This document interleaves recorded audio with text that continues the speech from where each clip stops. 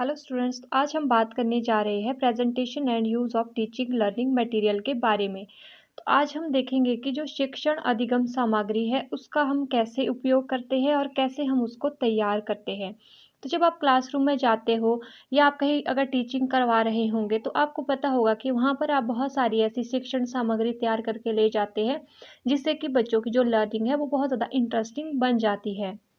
अगर आप बीएड की बात करें, तो जब आप बीएड कोर्सेज़ में होते हैं, जब आपकी टीपी लगती है, तो उस टाइम पे भी आप बहुत सारी ऐसी चीज़ों का यूज़ करते हैं, जिससे कि आप अपनी टीचिंग लर्निंग को और ज़्यादा एनहांस कर सकें। तो उन्हीं सब चीज़ों के बारे में हम बात करेंगे कि वो सारी कौन-कौन सी चीज़ें हैं, उनको हम कैसे फ्रेम करते हैं, कैसे बनाते हैं, ठीक है? तो उसके बारे में हम इसके अंदर डिस्कशन करेंगे।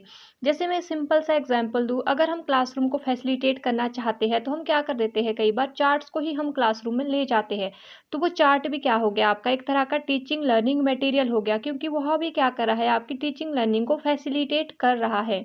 या आप उसको एक एक तरह से रीइंफोर्समेंट का काम कर रहे हैं, उसके थ्रू बच्चों के अंदर स्किल डेवलप कर रहे हैं, उनके आइडियाज़ को एनहांस कर रहे हैं ना, उनके एग्जाइटी जो है उसको कम कर रहे हैं, जो उनका एक वो बोर फील करते हैं क्लासरूम में, तो उससे आप उनको छुटकारा दे रहे हैं। तो इस ये सारी चीज़ें आप क्यों यूज़ करते हैं? ये मोस्टली आप इन्हीं सब चीज़ों से दूर, जो बच्चों के कॉन्फ्लिक्ट्स होते हैं, इनको दूर करने के लिए ही क्लासरूम में इसका यूज़ किया जाता है। चलिए फिर स्टार्ट करते हैं। टीचिंग लर्निंग मटेरियल होता क्या है? सबसे पहले अगर हम इसकी डेफिनेशन की बात करें तो teaching learning material are the tool used by teacher in the classroom to enhance the student learning experiences. तो अभी भी मैंने आपसे वही बात की थी कि जो टीचिंग लर्निंग मटेरियल क्या होता है। टीचिंग लर्निंग मटेरियल एक तरह का टूल होता है जो कि टीचर यूज़ करता है। कहाँ पर? क्लासरूम में। क्यों यूज़ करेगा? एनहांस यानी कि इंक्रीज़ करने को, किसकी? स्टूडेंट लर्निंग एक्सपीरियंसेस को।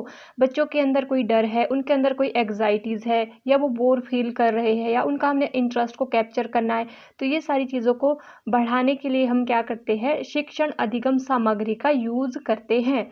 शिक्षण अधिगम सामग्री किसकी तरह काम करती है? एक तरह से ये स्किल्स को भी डेवलप करती है, बच्चों के अंदर क्रिएटिविटी को भी इंक्रीज करेगी, है ना। अगर बच्चों के कुछ एक फैक्ट्स से रिलेटेड उनको दिक्कत होगी, उनके फैक्ट्स को भी दूर करा सकते हैं हम।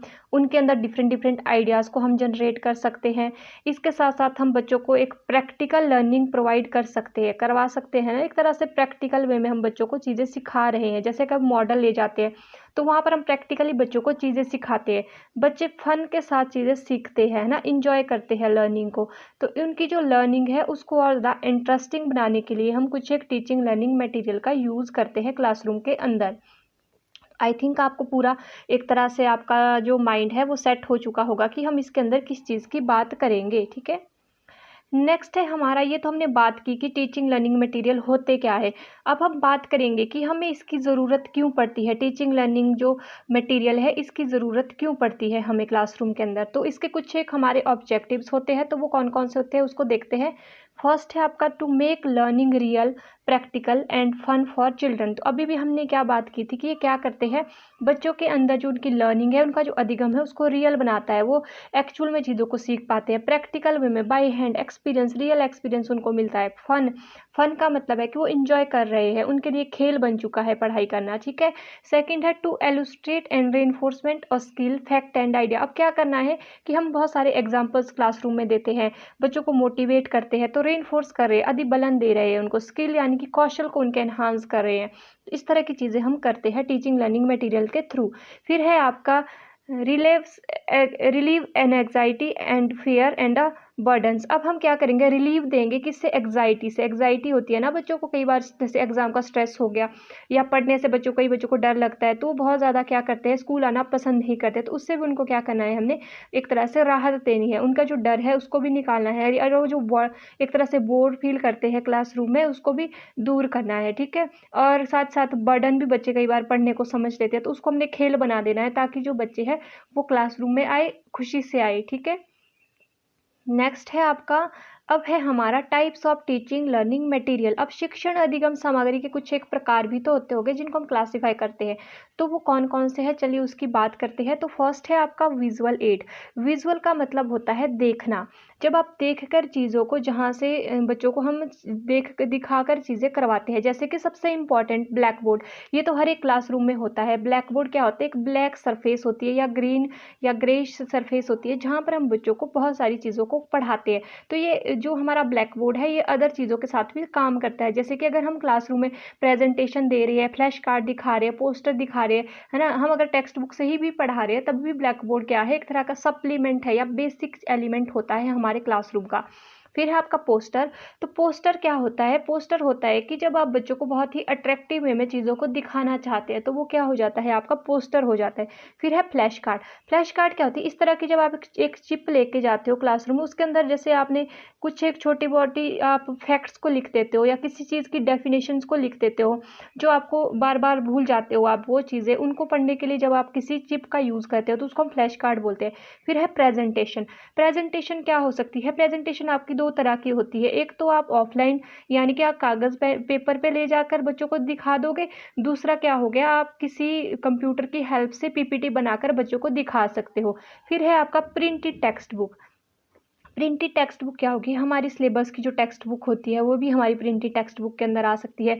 फिर आपके ग्राफ्स हो गए। ग्राफ्स आपको पता है ग्राफ्स क्या होते हैं हमारे, तो ग्राफ्स हमारे किसी भी चीज़ को रिलेटेड हो सकते हैं, किसी डेटा को भी दिखा सकते हैं, है ना, किसी भी चीज़ से रिलेटेड हमारे ग्राफ हो सकते हैं। फिर है आपका इंफॉर्मेशन ग्राफिक्स, ये आपका यहाँ पर थोड़ा सा मिसप्रिंट हो गया है। तो यहाँ पर क्या होती है कि हम ग्राफ के थ्रू कई बार इंफॉर्मेशन देते हैं बच्चों को, ठीक है। इसके साथ साथ आपकी यहाँ पर इमेजेस आ सकती है। तो इस तरह की जो भी चीज़ें आती है वो सारी विजुअल एड्स के अंदर आ जाती है। नेक्स्ट है आपका ऑडियो एड्स। अगर हम ऑडियो एड्स, ऑडियो का मतलब क्या होता है, जहाँ पर क्या करना है, हमने सुनना है, ठीक है। अब पहले हम सिर्फ और सिर्फ देख रहे थे, अब हम ऑडियंस का मतलब, ऑडियंस से आया है हमारा ऑडियो। ऑडियंस क्या काम करते हैं, सिर्फ और सिर्फ सुनते हैं। तो ऑडियो का मतलब क्या हो गया, सुनने से संबंधित। तो यहाँ पर क्या होता है, रेडियो। जैसे रेडियो पे कोई प्रोग्राम ब्रॉडकास्ट होता है तो उसको भी हम सुनते हैं ना। टेप रिकॉर्डिंग यानी कि पहले से टीचर ने कुछ एक चीज़ें रिकॉर्ड कर दी है, जैसे मैं अभी आपके लिए ये रिकॉर्ड कर रही हूँ, ये रिकॉर्ड सेशन है, फिर उसके बाद आप इसको सुनोगे, तो ये भी क्या है, एक तरह का ऑडियो एड्स होगी। बट अगर एक एग्जैक्टली मैं बताऊं तो ऑडियो एड्स में क्या होता है, जहाँ पर लिखा हुआ नहीं होता है बट हम सुन रहे होते हैं, जैसे आप सॉन्ग सुनते रहते हैं ना, तो वो भी क्या है, एक टेप रिकॉर्डिंग है या ऑडियो एड्स है। फिर है सीडीज। सीडीज क्या होती है कि सीडीज इस तरह का, जो एक सीडीज हमें मिलती थी पहले बुक्स के अंदर, तो वो क्या होगी, आपकी सीडीज होगी, तो उसके थ्रू भी आप क्या कर सकते हैं, चीज़ों को समझ सकते हैं। फिर है आपका audio visual aids. Audio visual add जहाँ पर दोनों चीज़ों को आप देख रहे हो, जैसे कि वीडियो होगी, जैसे आप अभी ये वीडियो देख रहे हो, तो ये क्या है, ये ऑडियो विजुअल एड्स है, यानी कि लर्निंग मटेरियल है एक तरह का। फिर है वीडियो रिकॉर्डिंग। जैसे कि मैंने कुछ एक रिकॉर्ड करके रखा है, फिर मैं आपको उसको रिप्रेजेंट करूँगी, उससे कभी बाद में आप उसको देखोगे। अब मान लो आपने आज नहीं तो आपने एग्जाम से 4-5 दिन पहले मेरी वीडियोज़ पढ़ी, जो प्रीवियसली मैंने 1-2 महीने पहले बनाई है, तो वो क्या है, वीडियो रिकॉर्डिंग होगी। फिल्म्स हो गई, है ना। फिल्म्स क्या होती है, जैसे कि बच्चों के लिए बहुत सारी एजुकेशनल मूवीज़ बनाई जाती है, तो वो होगी, है ना। डॉक्टरीन्स हो गई हमारी, वर्चुअल क्लासरूम हो गए, जैसे आईसीटी क्लासरूम्स जिसको हम बोलते हैं, तो वो सारी चीज़ें हमारी कहाँ आ जाती है, ऑडियो विजुअल एड्स के अंदर आ जाती है। फिर है आपका लेबॉर्ट्री। लैंग्वेज लेबॉर्ट्री या लेबॉर्ट्री भी आप इसको कह सकते हैं। लैंग्वेज की भी लेबॉर्ट्रीज होती है, साइंस की लेबॉर्ट्रीज होती है, कंप्यूटर की लेबॉर्ट्रीज होती है। तो उसकी अगर हम उसकी हम बात करते हैं, ठीक है, वहाँ से बच्चों को क्या मिलता है, बाय हैंड एक्सपीरियंस मिलता है। फिर है आपका कंप्यूटर असिस्टेंट। कंप्यूटर असिस्टेंट के अंदर क्या आते हैं आपके, जैसे कि आप लर्न करते हैं, जैसे डीवीडी से लर्न करते हैं, सीडी से लर्न करते हैं, या ऑनलाइन क्विज आपके लिए देते हैं, जैसे आपके लिए मॉक टेस्ट बनाए जाते हैं, तो वो भी क्या है, कंप्यूटर असिस्टेंट ही एक तरह की है। या ई बुक्स आपकी हो गई, है ना, ब्रॉडकास्ट हो गया, ब्लॉग हो गए, तो ये सारे क्या हो जाते हैं हमारे, ये हमारे कंप्यूटर असिस्टेंट हो जाते हैं। और साथ ही साथ कुछ एक ऑनलाइन रिसोर्सेज हो जाते हैं ना, तो ये सारे ही आपके किसके अंदर जाते हैं, कंप्यूटर असिस्टेंट के अंदर आ जाते हैं। तो आई थिंक आपको पूरा समझ आ गया होगा कि हमारे जो अधिगम सामग्री है वो क्या होती है, इसकी ज़रूरत हमें क्यों पड़ती है, ये किस किस प्रकार की हो सकती है। तो आज हम बात करेंगे सिर्फ और सिर्फ विजुअल एड्स के बारे में, क्योंकि मैंने आपको बोला था कि मैं शायद 2-3 दिन में आपके लिए कंप्लीट कर दूंगी, बट ये बहुत ज़्यादा वास्ट है, तो इसलिए मैं आपके लिए शायद इसके बाद एक और वीडियो बनेगी हमारी। बट आज मैं कोशिश करूँगी कि हम विजुअल एड्स के अंदर जो भी हमारे इंपॉर्टेंट है उन सबको ही हम डिस्कस कर ले, जो हम मोस्टली यूज़ करते हैं क्लासरूम में, हम उसकी ही यहाँ पर बात करेंगे, ठीक है। सबसे पहले स्टार्ट करते हैं विजुअल एड्स से, ठीक है। विजुअल एड्स कौन कौन सी होती है, अभी मैंने आपको बताया था, ब्लैक बोर्ड हो गया, पोस्टर हो गया, चार्ट्स हो गए, फ्लैश कार्ड्स हो गए, प्रेजेंटेशन हो गए, प्रिंटेड टेक्स्ट बुक हो गए, एंड ग्राफ्स हमारे आ जाते हैं किसके अंदर, विजुअल एड्स के अंदर। अब विजुअल एड्स के अंदर उसके बाद ऑडियो एड्स मैंने आपको थोड़ी देर पहले ही बताया था क्या क्या आता है, जैसे कि रेडियो आ गया, टेप रिकॉर्डर आ गया, सीडीज आ गई। फिर ऑडियो विजुअल एड्स में हमारी वीडियोज़ आ गई, वीडियो रिकॉर्डर्स आ गए, फिल्म आ गई, डॉक्टरीन्स आ गई, वर्चुअल क्लासरूम आ गए, फिर लेबोरेटरी देखो, science lab, computer lab, language lab होगी हमारी, कंप्यूटर असिस्टेंट के अंदर हमारे प्री रिकॉर्डेड सेशन आ गए, ऑनलाइन क्विज आ गए, ई बुक आ गए, ब्रॉडकास्ट आ गए, ब्लॉग्स आ गए। सबसे पहले अगर हम बात करें तो सबसे पहले हम बात करने जा रहे हैं चार्ट के बारे में। चार्ट आप सभी ने देखा होगा, चार्ट्स एक टीचर बनाता है, तो ये क्या है, हमारा एक चार्ट है, ठीक है। चार्ट के अंदर हम यहाँ पर कुछ लिख देंगे, यहाँ पर कुछ लिख देंगे, यहाँ पर हम डायग्राम भी बना सकते हैं, उसको हम रिप्रेजेंट भी कर सकते हैं, इस तरह से उसकी नेमिंग भी कर सकते हैं, तो वो क्या हो जाता है, आपका एक चार्ट हो जाता है। तो चार्ट क्या है, एक तरह का representation of material by symbol, don't represent the reality but represent the fact in a symbolic manner. तो चार्ट का यहाँ पर सिंपल सा मतलब क्या है, जब हम सिम्बॉलिक फॉर्म में किसी चीज़ को रिप्रेजेंट करते हैं। फॉर एग्जाम्पल मैं अगर आपके लिए यहाँ पर एक एग्जाम्पल दूँ, तो अगर हम साइंस की बात करें तो जो एलिमेंट्स होते हैं, तत्व होते हैं, है ना, हाइड्रोजन, हीलियम, लिथियम, इस तरह के जो हम क्या करते हैं, ये सिंबल है, हाइड्रोजन का H हो गया, हीलियम का He हो गया, लिथियम का Li हो गया, तो ये क्या है, ये सिंबल है। तो इस तरह के सिंबल को हम चार्ट्स के अंदर रिप्रेजेंट कर सकते हैं। एक तरह से ये क्या करते हैं, ये रियलिटी तो शो नहीं करते हैं, देखो, don't show reality but represent the fact in a symbolic manner. तो बट ये क्या करे, फिर भी रिप्रेजेंट करते हैं कि इसको, जो आपके टॉपिक है उसको या उसके फैक्ट्स को सिंबल के थ्रू रिप्रेजेंट कर रहे हैं। तो ये क्या हो गया है, ये हो जाते हैं आपके चार्ट। अब चार्ट क्यों ज़रूरी है, ये क्लैरिफाई करते हैं रूल्स, रिलेशनशिप को, कि कौन से रूल्स इसके अंदर लगेंगे, है ना, क्या इसके बीच रिलेशनशिप है, कैसे सिस्टमेटिकली हम इसको अरेंज कर सकते हैं। तो इस तरह से चार्ट का यूज़ हम अपनी क्लासरूम में कर सकते हैं, ठीक है। अब है types of chart, time chart. सबसे पहले हम टाइम चार्ट्स की बात करेंगे। तो हम टाइम चार्ट बनाते हैं ना, टेबल चार्ट्स हो गया, जैसे टेबल चार्ट क्या हो गया, आपने इस तरह से टेबल फॉर्म कर दिया, ठीक है, ये क्या हो गया, आपका टेबल चार्ट हो गया। फिर है आपका फ्लो चार्ट। फ्लो चार्ट्स क्या होता है, जैसे आपने यहाँ पे कुछ टॉपिक का नाम लिख लिया, उसको ऐसे और ऐसे रिप्रेजेंट करके बहुत सारी जगह पे और लिख दिया, तो ये क्या हो गया, आपका फ्लो चार्ट हो गया। फिर आता है आपका एक ट्री चार्ट। ट्री चार्ट्स क्या होता है, ट्री चार्ट्स के अंदर हम इस तरह से करते हैं, जैसे ये लिंक कर रहा है इन दो चीज़ों से, फिर ये फर्दर लिंक कर रहा है इससे और इससे, और ये किससे, ये इससे और इससे, फिर ये किससे लिंक कर रहा है, इस तरह से, और ये किससे लिंक कर रहा है, इस तरह से। तो ये क्या बन जाता है, आपका एक तरह से ट्री चार्ट बन जाता है, यानी कि ट्री की तरह इसकी ब्रांचेज निकल आती है, ठीक है। नेक्स्ट अगर हम बात करें मटेरियल कौन कौन सा रिक्वायर्ड होता है जब हम चार्ट बनाते हैं, तो चार्ट बनाने के लिए सबसे पहले तो हमारे पास डिफरेंट टाइप के कलर होने चाहिए, डिफरेंट टाइप्स की पेंसिल्स कलर होने चाहिए, रूलर यानी कि स्केल होना चाहिए, हमारा स्टेंसिल होना चाहिए, और चार्ट होना चाहिए। चार्ट कैसा होना चाहिए, थिक होना चाहिए, मोटा होना चाहिए, ठीक है। तो ये आपको मैक्सिमम पता होगा, क्योंकि चार्ट्स तो हम अपनी स्कूल्स में भी बनाते थे, फिर कॉलेजेस में भी बनाते हैं, और जब हम बीएड करते हैं तब भी हम बहुत सारे चार्ट्स को बनाते हैं। अब आती है प्रेपरेशन की बारी कि इसको प्रिपेयर कैसे करना है। सबसे पहले तो आप क्या करेंगे, अप्रोप्रिएट साइज़ का एक चार्ट ले लोगे, ठीक है, कि आपको कितना सा चार्ट चाहिए और आपने उसमें क्या बनाना है, तो आप उसके अकॉर्डिंग एक चार्ट ले लोगे, ठीक है। फिर ब्रीफ डिटेल, अब एक चार्ट आपने ले लिया तो उसमें क्या करोगे, आप ब्रीफ डिटेल डालोगे कि ये है, टॉपिक का नाम ही लिखोगे कि ये है, ठीक है, इस तरह से। फिर है शुड हैव सम पर्पज़। अब इस चार्ट का कोई पर्पज़ होना चाहिए, ऐसा तो है नहीं कि आप चार्ट बस ऐसे ही बना रहे हो। आप चार्ट क्यों बनाते हो, फॉर एग्जाम्पल जैसे मैंने अभी थोड़ी देर पहले साइंस का ही एग्जाम्पल लिया था, तो हमने क्या करना है, बच्चों को एलिमेंट्स के बारे में पढ़ाना है, तो उसके लिए बच्चों को बहुत सारे साइंस के नेम याद नहीं रहते हैं, तो हम क्या कर देते हैं, एक छोटे सी फॉर्म में क्या कर देते हैं, उसके सिंबॉलिक फॉर्म में उसको रिप्रेजेंट कर देते हैं, ताकि जो बच्चे हैं सिंबल को ही पहचान कर चीज़ों को याद कर सके, ठीक है। फिर है आपका साइकोलॉजिकल बेसिस। अब साइकोलॉजिकल बेसिस का मतलब क्या होता है कि बच्चों की एज के अकॉर्डिंग हमने चार्ट बनाना है ना। जैसे कि अगर हम 9th-10th की बात करते हैं तो मोस्टली हम जो हम एलिमेंट्स की बात करते हैं, तत्व की बात करते हैं, तो हमको उनको ज़्यादा से ज़्यादा 20 या 30 ही एलिमेंट करवाते हैं, क्योंकि उनको उतने ही लर्न होते हैं, ठीक है। तो इसलिए हम साइकोलॉजी को ध्यान में रख के उनके लिए उतनी ही चीज़ें प्रोवाइड करवाते हैं, ठीक है। फिर है आपका क्लैरिटी। अब क्लैरिटी भी तो होनी चाहिए, जब आप एक चार्ट बना रहे हो उसके अंदर कुछ एक क्लियर होना चाहिए कि चार्ट का क्या पर्पज़ है, इसके अंदर आप क्या बच्चों को पढ़ाना चाहते हैं। फिर है स्ट्रॉन्ग थिक पेपर। अब क्लैरिटी के साथ साथ एक स्ट्रॉन्ग थिक पेपर भी होना चाहिए। एंड नेक्स्ट है आपका अपकीप। अपकीप का मतलब है कि अब आपने जो आपने चार्ट बनाया है उसको केयरफुली हैंडल भी करना है। ऐसा नहीं है कि आपने चार्ट बस एक बार यूज़ कर दिया और उसके बाद उसको कहीं पे भी इधर उधर फेंक दिया।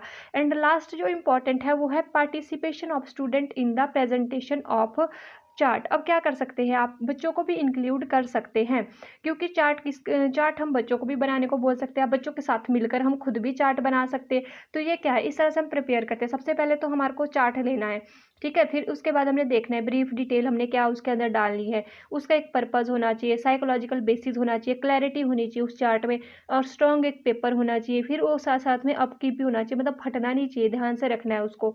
फिर क्या है, उसको उसको बनाने के लिए हम बच्चों को भी अपने साथ इन्वॉल्व कर सकते हैं। फिर उसके बाद उसको क्लासरूम में आप रिप्रेजेंट कर सकते हो, दीवार पे भी स्कूल्स में लगा सकते हो, जहाँ से बच्चे उसको बार बार रिकॉल कर सके, ठीक है।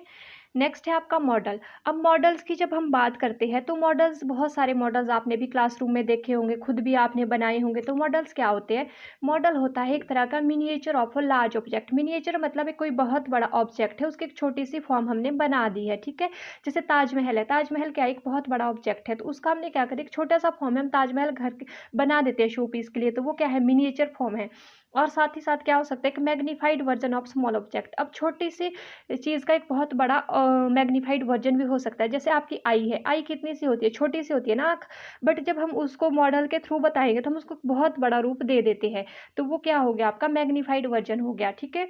अगर अब हम मॉडल की अगर बात करें कि मॉडल की ज़रूरत हमें क्यों पड़ती है, तो मॉडल की ज़रूरत हमें क्यों पड़ती है, सबसे पहले तो हमने बच्चों के अंदर इंटरेस्ट को क्रिएट करना है, इसलिए हम मॉडल बनाते हैं। साथ ही साथ हमने बच्चों के अंदर क्रिएटिविटी इन्हांस करनी है, तो उसके लिए भी हम मॉडल बनाते हैं। फिर सप्लीमेंट्री मटेरियल की तरह भी मॉडल काम करता है। जैसे अगर हम बच्चों को वॉल्केनिक रिएक्शन यानी कि ज्वालामुखी के बारे में बता रहे हैं, तो ज्वालामुखी के बारे में तो बता रहे हैं, तो बच्चों को रियल एक्सपीरियंस कैसे आएगा, जब हम एक मॉडल बनाएंगे, है ना। इस तरह से हम एक मॉडल बनाएंगे, उसमें हम कुछ कोका कोला वगैरह डालते हैं, तो उससे क्या होता है, बहुत सारा धुआं, इससे बहुत सारी चीज़ें बाहर निकलने लगती है, तो वो क्या हो जाता है, वो एक तरह से रियल एक्सपीरियंस बच्चों को देता है। तो वो एक तरह से सप्लीमेंट्री मटीरियल है, हमने उसको डायग्राम से भी समझा रहे हैं, चार्ट से भी समझा रहे हैं, ब्लैक बोर्ड से भी समझा रहे हैं, पर बच्चों को फिर भी समझ नहीं आ रहा है, तो हम क्या कर रहे हैं, हम उसको एक रियल हैंड एक्सपीरियंस भी दे रहे हैं। एंड ये रियल एक्सपीरियंस देखो यहाँ पर भी वही है कि ये रियल एक्सपीरियंस बच्चों को प्रोवाइड करता है, ठीक है। नेक्स्ट है टाइप्स ऑफ मॉडल। अब मॉडल कितने प्रकार के होते हैं, तो मॉडल भी बहुत सारे प्रकार के हो सकते हैं। जैसे क्ले मॉडल्स, क्ले मॉडल्स आपने बहुत ही छोटी क्लासेस में देखा होगा, जो छोटे बच्चे होते हैं उनको बहुत सारी क्लेज दे देते हैं, उससे वो बटरफ्लाई बनाते रहते हैं, तो इस तरह से वो कई बार बटरफ्लाई बना देते हैं अपनी क्ले से, है ना।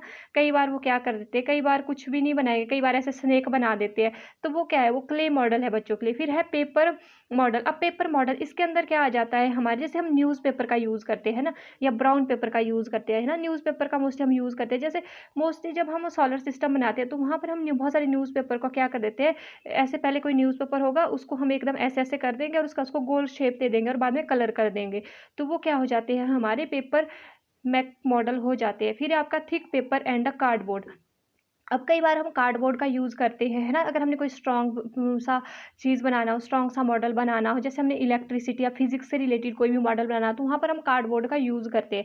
जैसे कि हमने एक डब्बा बना दिया, उसके अंदर हमने बहुत सारी वायर्स लगा दी, तो इस डब्बे को बनाने के लिए हम किसका यूज़ करेंगे, कार्डबोर्ड का यूज़ करेंगे। फिर है थर्मोकोल मॉडल। थर्मोकोल मॉडल वैसे ज़्यादा तो अब यूज़ नहीं करते हैं, बट फिर भी कई बार हम पहले बहुत यूज़ करते थे, बीएड के टाइम पे भी थर्मोकोल का, तो थर्मोकोल का मॉडल बना देते थे, ठीक है। तो उस टाइम पे क्या, इस थर्मोकोल क्या होता है, थर्मोकोल बहुत ही हम बोल सकते हैं कि चीप होता है, इस वजह से बहुत हल्का होता है उठाने के लिए, तो इसलिए हम इसका मोस्टली यूज़ कर देते हैं, ठीक है।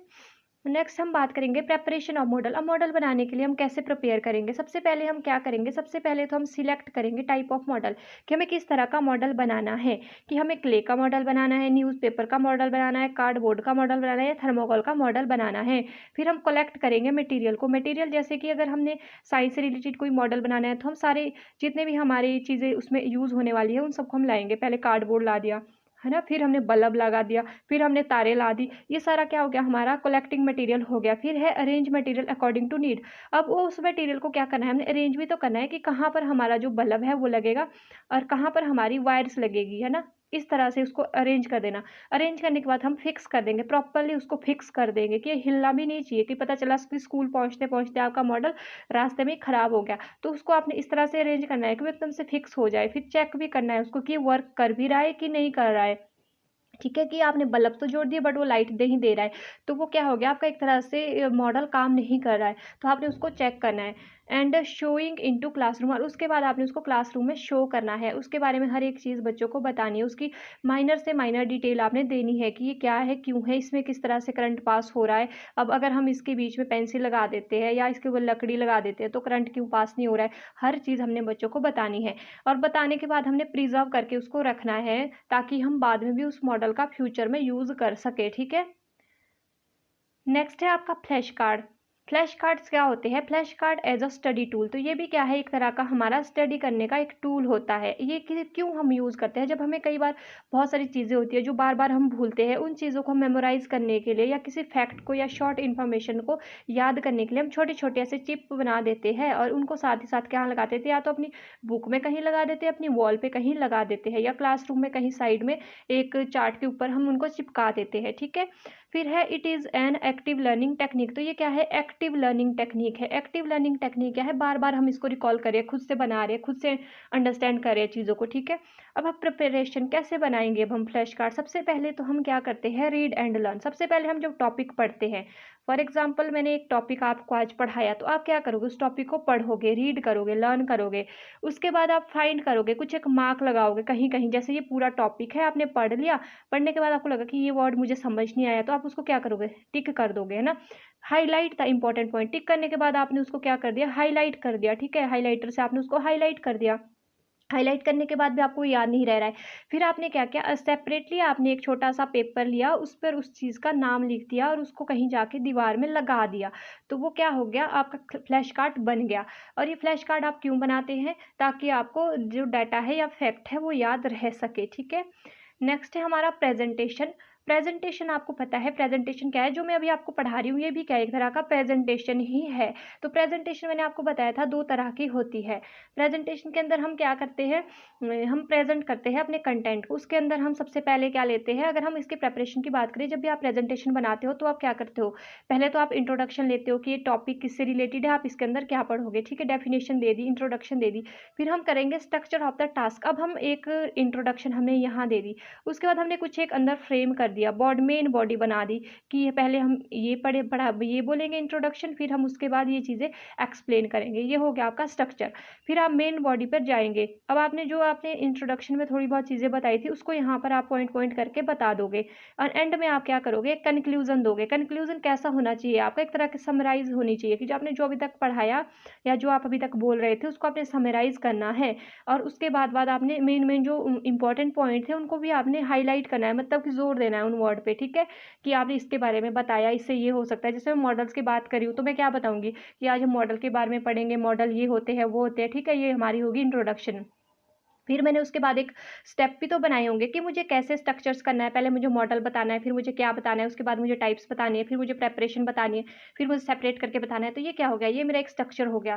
फिर मैं उसके बाद क्या करूँगी, मेन बॉडी पर आऊँगी। मेन बॉडी क्या होती है हमारी, जैसे कि अभी मैं आपको बता रही थी, क्या बता रही थी, मॉडल। तो टाइप्स के बाद मैंने प्रेपरेशन की बात की, तो प्रेपरेशन क्या हो गया, ये इसका मेन पार्ट हो गया कि ये मेन चीज़ थी। और एंड में जब मैं खत्म हो जाऊँगी पढ़ा के, मैं क्या बोलूँगी कि आज हमने मॉडल के बारे में पढ़ा, मॉडल आपके ये होते हैं और इसमें से आपने ये पढ़ना है, तो ये मॉडल क्यों ज़रूरी है, इस तरह से मैं क्या करूँगी, समराइज़ कर दूँगी, तो वो क्या हो गया, आपकी एक प्रेजेंटेशन हो गई, ठीक है। नेक्स्ट जो हमारा है वो है हमारा ब्लैक बोर्ड। जो ब्लैक बोर्ड है ये क्या है, टीचर के हाथ में एक बहुत ही इम्पॉर्टेंट, एक तरह का हम बोल सकते हैं लर्निंग मटेरियल है या टीचिंग मटेरियल है। तो ये क्या है, ये हर एक चीज़ के साथ हम इसका यूज़ कर सकते हैं, चाहे वो कोई भी चीज़ हो, हम उसके साथ क्या कर सकते हैं, ब्लैक बोर्ड का यूज़ कर सकते हैं। तो ये हमारा एक तरह का विजुअल एड्स है, क्योंकि हम यहाँ पर क्या करते हैं, देखते हैं, चीज़ों को सीखते हैं, ठीक है। तो सबसे पहले ये क्या होता है, रीयूजेबल राइटिंग सरफेस है। सबसे इम्पॉर्टेंट इसका क्या फैक्ट है कि इसको हम मिटा सकते हैं, लिख सकते हैं, मिटा सकते हैं, लिख सकते हैं, मतलब ये कैसे है, रीयूजेबल राइटिंग सरफेस है। और ये क्या है, साथ साथ में एनवायरनमेंट के लिए भी कोई बुरा इम्पैक्ट नहीं है इसका, ठीक है, इसको हम बार बार भी यूज़ कर सकते हैं, और सस्ता भी है ये, फिर क्योंकि हम जब बार बार चीज़ों को यूज़ करेंगे तो एक बार हमने खरीद दिया तो बहुत टाइम तक चलेगा, ठीक है। फिर है ऑब्जेक्टिव। अब क्यों ज़रूरी है ब्लैक बोर्ड हमारे लिए, सबसे पहले ब्लैक बोर्ड क्या करवाता है, क्लैरिटी देता है ना। जब भी हम ब्लैक बोर्ड का यूज़ करते हैं तो उससे में क्या मिलती है, बच्चों को क्लैरिटी मिलती है कि आज हम ये टॉपिक पढ़ रहे हैं, ठीक है, पढ़ने के बाद हम उसके आगे हमने क्या क्या ब्रांचेज उसमें पढ़नी है, तो ये क्या करेगा, एक तरह से क्लैरिटी आपको देगा। फिर है होलिस्टिक पिक्चर। होलिस्टिक पिक्चर का मतलब हो गया, जैसे ये मान लो आपका ब्लैक बोर्ड है, ठीक है ना, मैंने यहाँ पे टॉपिक का नाम लिख दिया कि ये टॉपिक है हमारा, टॉपिक के अंदर हम एक ये पढ़ेंगे, दूसरा हम ये पढ़ेंगे। तो ये क्या हो गया, एक होलिस्टिक पिक्चर दे दी। यहाँ पर मैंने छोटा सा एक डायग्राम भी बना दिया। तो ये क्या है, ये एक तरह से आपको एक पूरा टॉपिक समझ आ गया होगा कि ये पढ़ेंगे, ये टॉपिक है और ये इस तरह की चीज़ें हैं। और ये वैरायटी क्यों, वैरायटी की चीज़ें यहाँ पर देखो, सबसे इंपॉर्टेंट बात तो यही है कि हम इसमें क्या कर सकते हैं, आउटलाइन भी दे सकते हैं, डेफिनेशन भी लिख सकते हैं, कीवर्ड्स भी लिख सकते हैं, स्केच भी ड्रॉ कर सकते हैं, समराइज भी कर सकते हैं। हम बहुत सारी चीज़ें ब्लैक बोर्ड पे कर सकते हैं, ठीक है। इसलिए ये बहुत ज़्यादा वैरायटी प्रोवाइड करता है। नेक्स्ट है आपका components of the black board, ठीक है। Components of the black board, black board के क्या क्या कंपोनेंट्स होते हैं। सबसे पहले तो लीजिबिलिटी। लीजिबिलिटी का मतलब क्या होता है कि मैक्सिमम केसेस में बच्चों को चीज़ें समझ आ जाए, बच्चे रीड कर सके, आपकी जो हैंड राइटिंग है उसको बच्चे समझ सके, इजीली रीड कर सके। अगर क्लास में 50 बच्चे हैं तो 50 में से कम आपके 48-49 बच्चों को आपकी जो आपने लिखा है वो प्रॉपर वे में दिखना चाहिए। तो इलिजिबल बनाने के लिए हमें क्या क्या चीज़ों का ध्यान रखना चाहिए। पहले तो हमें सबसे पहले ध्यान रखना चाहिए यहाँ पर डिस्टिंक्टनेस का, ठीक है, कि कितना प्रॉपर जो हमारे वर्ड है उनके बीच में कितना डिफ्रेंशिएट बच्चे कर पा रहे हैं। प्रॉपर स्पेस होना चाहिए कि हम वर्ड लिख रहे हैं तो हर एक स्पेस होना चाहिए हमारे वर्ड के बीच में। साइज ऑफ लेटर, अब लेटर का भी साइज का भी एक अप्रोप्रिएट साइज होना चाहिए कि इतने यहाँ लेटर हम लिखें कि जो क्लास में लास्ट में बच्चा बैठा है उसको भी वो अच्छे से दिख रहा हो। थिकनेस ऑफ द लाइन, अब थिकनेस ऑफ द लाइन का मतलब क्या होगा, जैसे ये मेन हेडिंग है कंपोनेंट्स ऑफ ब्लैक बोर्ड, तो ये क्या है, थिकनेस है कि कितनी मोटी होनी चाहिए ताकि बच्चों को पता चले कि हम इसके अंदर क्या क्या पढ़ेंगे, ठीक है। तो ये सारी चीज़ों का आपको पता होना चाहिए। फिर है neatness in the black board work. अब जब आप ब्लैक बोर्ड वर्क करते हो तो एक तरह से नीटनेस होनी चाहिए। जैसे ये ब्लैक बोर्ड है तो आपने पहले यहाँ लिखा, फिर यहाँ लिखा, फिर यहाँ लिखा, तो ये क्या है, ये आपका क्या है, नीटनेस है। कई बार क्या होता है कि टीचर्स क्या कर देते हैं ब्लैक बोर्ड पे, चलो पहले यहाँ दे दी, यहाँ दे दी, यहाँ दे दी इन्फॉर्मेशन, उसके बाद यहाँ दे दी, यहाँ दे दी, यहाँ दे दी, और बाद में थोड़ा बहुत कुछ बच गया तो चलो वो कहीं यहाँ बीच में डाल दिया। तो वो क्या हो जाता है, वो आपका ब्लैक बोर्ड राइटिंग बहुत ही ख़राब दिख जाती है, ठीक है। तो इसलिए आपको ध्यान रखना है कि किस तरह से ब्लैक बोर्ड पर लिखना है। आई थिंक आपको यहाँ तक समझ आ गया होगा। फिर है आपका साथ ही साथ में मटेरियल रिक्वायर्ड। अब हम बात करेंगे मटेरियल की। मटेरियल कैसा होना चाहिए, ठीक है। यहाँ पर एक बीच में वर्ड रह गया है, appropriateness of the written work on the blackboard. ये मैंने अभी आपको समझा दिया था कि अप्रोप्रिएट राइटिंग मटेरियल होना चाहिए जब हम ब्लैक बोर्ड का यूज़ करें। ये नहीं है कि हमने यहाँ से भी लिखा पूरा ये ख़त्म कर दिया लिख लिख के पूरा ब्लैक बोर्ड, ऐसा नहीं करना है। हमने क्या करना है, जब हम ब्लैक बोर्ड लिखेंगे तो क्या करना है, ब्लैक बोर्ड पर हमने यहाँ पर कोई टॉपिक का नाम लिख लिया, यहाँ पर उसके थोड़े बहुत की पॉइंट्स लिख दिए, तो ये क्या होगी, आपकी एक अच्छी एक तरह की आपकी ब्लैक बोर्ड राइटिंग की स्किल हो जाती है, ठीक है। फिर है आपका मटेरियल। अब मटेरियल क्या क्या लगता होगा जब हम ब्लैक बोर्ड की बात करते हैं, तो सबसे पहले तो हमें calcium sulphate, calcium carbonate and साथ ही साथ में हमारे को स्लेट चाहिए होती है। कैसी, स्मूथ और थिन शीट की, ब्लैक या ग्रे कलर की स्लेट चाहिए, ठीक है। अब स्लेट होगी तभी तो हम क्या कर पाएंगे, ब्लैक बोर्ड बना पाएंगे। और calcium sulphate and calcium carbonate की हमारे को ज़रूरत पड़ती है, ठीक है। और हम चौक की बात करें, जो चौक हम यूज़ करते हैं क्लासरूम में टीचर्स, तो वो किसकी बनी होती है, लाइमस्टोन की बनी होती है या कैल्शियम सल्फेट की वो बनी होती है। लाइमस्टोन जो चूना, भुजा हुआ चूना, इस तरह के जो आप वर्ड पढ़ते थे ना साइंस में, हिंदी में, तो उसी का वही हमारे आ जाते हैं ये, ठीक है। अब हम बात करेंगे कि प्रेपरेशन ऑफ ब्लैक बोर्ड। अब ब्लैक बोर्ड को कैसे प्रिपेयर करना है। सबसे पहले आपको क्या करना है कि चूज स्लेट, स्लेट को चूज़ करना है। कैसी होनी चाहिए आपकी स्लेट, थिक सरफेस वाली होनी चाहिए, ठीक है। सॉरी, थिन सरफेस वाली, थिन और स्मूथ सरफेस वाली होनी चाहिए, ठीक है, थिन और स्मूथ सरफेस वाली। तो ये क्या कर दिया आपने, सिलेक्ट कर दिया। फिर आपने cut it in a proper size. अब क्या होगा, स्लेट तो आपकी बहुत बड़ी भी हो सकती है, फिर आपने देखना है कि आपको कितनी स्लेट की जरूरत है। मान लो इतनी सी है तो आपने वो क्या कर दी, कट कर दी इतनी सी स्लेट, ठीक है। कट करने के बाद आपने क्या करना है, उसको फिक्स कर देना है किसी वॉल के ऊपर, ताकि जो आप उसका अच्छे से यूज़ कर सको। या आपके पास कोई स्टैंड होगा उसको लगाने के लिए तो आप उस पर भी फिक्स कर सकते हो, है ना। अगर आपके पास कुछ भी नहीं है तो किसी टेबल पर भी आप उसको रख सकते हो, बट ऐसी जगह पर रखनी है जहाँ पर क्या हो, आप उसका बार बार यूज़ कर सके, ठीक है। फिर ये हो गया। फिर आप उसके बाद यूज़ करोगे चॉक का उसका सरफेस पे लिखने के लिए। बट अगर हम एक और बात करें कि हम एक जो क्लासरूम में हम मोस्टली ब्लैक बोर्ड का यूज़ करते हैं, उसमें हम क्या कर देते हैं कि उसमें क्या होगा, पहले ही आप सीमेंट से कुछ एक ऐसी मोटी सी एक परत लगा दोगे क्लासरूम में किसी भी दीवार पर, फिर उसमें ब्लैक कलर कर दोगे, ठीक है। ब्लैक कलर आपने पूरा कर दिया तो वो भी क्या बन जाता है, आपका एक तरह से ब्लैक बोर्ड बन जाता है, ठीक है। यहाँ तक आपको पूरा समझ आ गया होगा। तो ये क्या हो गया, मान लो ये ब्लैक कलर तो है नहीं, बट ब्लैक ही ले लेते हैं। तेरे को 1 मिनट, ये ब्लैक कलर हो गया और ये पूरा आपने क्या कर दिया, इसके ऊपर आपने ऐसे लगा दिया दीवार पर, और इससे क्या हो गया, आपका एक ब्लैक बोर्ड जो है वो तैयार हो गया। तो इस तरह से भी आप ब्लैक बोर्ड बना सकते हो, ठीक है।